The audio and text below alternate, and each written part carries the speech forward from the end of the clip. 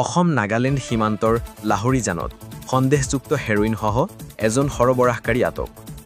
অসম নাগালেণ্ড সীমান্তৰ লাহৰীজানত অব্যাহত আছে নিচাযুক্ত ড্ৰাগছৰ বেহা। বৃহস্পতিবাৰে বিয়লি প্ৰায় ৩:৩০ এক গোপন খবৰৰ ভিত্তিত খটখটি আৰক্ষীয়ে অভিযান চলাই এজন ড্ৰাগছ সৰবৰাহকাৰীক আটক কৰিবলৈ সক্ষম হয়।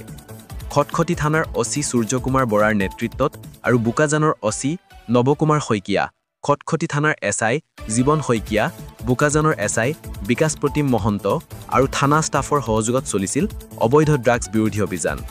দুদু কলনীৰ পৰা লাহৰীজান দেখি গৈ থকা জামাল আলীক ২৬ বছৰীয়াক তালাচী চলাওঁতে অভিযানকাৰী দলটোৱে জামাল আলীৰ কবলৰ পৰা এটা চাবোনৰ বাকচত লুকুৱাই অনা ১২ গ্ৰাম সন্দেহযুক্ত হেৰোইন উদ্ধাৰ কৰিবলৈ সক্ষম হয়। এই সন্দৰ্ভত আৰক্ষীয়ে জামাল আলীক আটক কৰি অধিক তথ্য আহৰণৰ বাবে জেৰা অব্যাহত ৰাখিছে বুলি জানিব পৰা গৈছে।